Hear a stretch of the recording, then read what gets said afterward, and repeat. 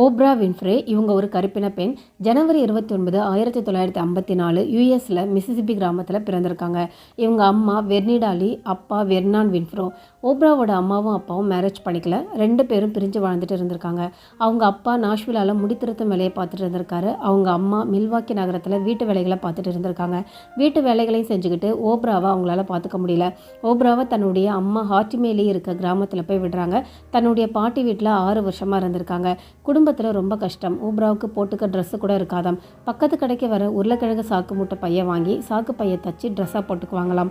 ஓப்ராவுக்கு 9 வயசாக இருக்கும்போது அவங்க அம்மா தான் வேலை செய்கிற நகரத்துக்கு கூட்டிகிட்டு போயிருக்காங்க. ரொம்ப நாள் கிராமத்தில் இருந்துட்டு நகரத்துக்கு போகிறது அவங்களுக்கு ரொம்ப சந்தோஷம். ஆனால் அவங்க அம்மா வேலை செய்கிற வீட்டில் இருந்த பெண்ணும் கருப்பின பெண் தான். ஆனால் ஓப்ராவை விட கொஞ்சம் மாநிறம். இதனால் ஓப்ராவை அந்த பெண் வீட்டுக்குள்ளே விடலை. தன்னுடைய கருப்பு இனத்தவர்களாலேயே ஓப்ரா ஒதுக்கப்பட்டாங்க.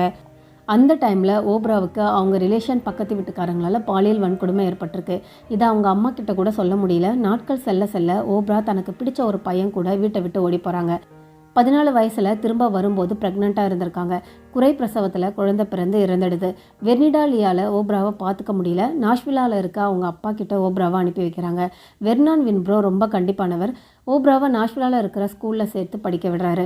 ஓப்ராவை தினமும் புக் படிக்க சொல்கிறாரு. ஸ்கூலில் நடந்த பேச்சு போட்டியில் 2nd பிளேஸ் வின் பண்ணுறாங்க. ஓப்ராவுக்கே அப்போ தான் தெரியுது தங்கிட்ட பேச்சு திறமை இருக்குன்னு. நிறைய புக்ஸ் படிக்க ஆரம்பிக்கிறாங்க. 19 வயசில் உள்ளூர் வானொலி நிலையத்தில் பார்ட் டைம் ஜாப்பில் சேர்றாங்க. காலேஜ் முடிக்கும் வரைக்கும் இந்த ஜாப்பை கண்டினியூ பண்ணுறாங்க. 1984 சிகாகோ டிவி டாக் ஷோவில் அரை மணி நேரம் ஷோ பண்ண ஓப்ராவுக்கு அழைப்பு வருது. ஓப்ராவோட இந்த ஷோ எல்லாருக்கும் பிடிச்ச போக அரை மணி நேரம் ஷோ 1 மணி நேரத்துக்கு மாற்றம் செய்யப்படுது. நம்பர் 1 டிவி ஷோவாக ஓப்ராவோட ஷோ செலக்ட் ஆகுது. 1985 இந்த ஷோவை ஓப்ரா வின்ஃப்ரே ஷோன்னு பெயர் மாற்றம் செய்கிறாங்க. இந்த ஷோவுக்கு நிறைய விருதுகள் கொடுக்கப்படுது. இந்த டாக் ஷோ கிட்டத்தட்ட 25 வருஷத்துக்கு டெலிகாஸ்ட் ஆகிருக்கு. இந்த ஷோ மூலமாக பெரிய வணிக சாம்ராஜ்யத்தை ஓப்ரா ஏற்படுத்திக்கிட்டாங்க. தொலைக்காட்சி தொடரில் நடிச்சிருக்காங்க. தொலைக்காட்சி தயாரிப்பு நிறுவனம், திரைப்பட தயாரிப்பு நிறுவனம், சினிமா ப்ரொடியூசர், டப்பிங் ஆர்டிஸ்ட், பத்திரிகை துறை, ஓன் கேபிள் ஓப்ரா வின்ஃப்ரே நெட்வொர்க்குன்னு மீடியாவை தாண்டி பிஸ்னஸ்லையும் சாதிச்சிருக்காங்க. அது மட்டும் இல்லாமல் பாலியல் வன்கொடுமைக்கு எதிராகவும் கருப்பின மக்கள் தாக்குதலுக்கு எதிராகவும் குரல் கொடுத்துட்டு இருக்காங்க.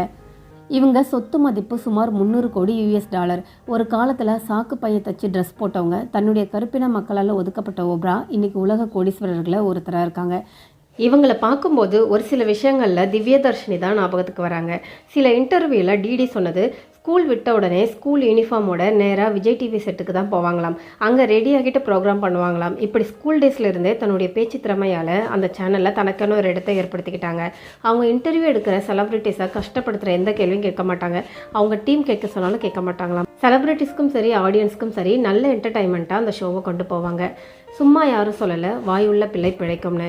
இது போல் வேற ஒரு டாப்பிக்கோட வேறு வீடியோவில் பார்க்கலாம். நன்றி, வணக்கம்.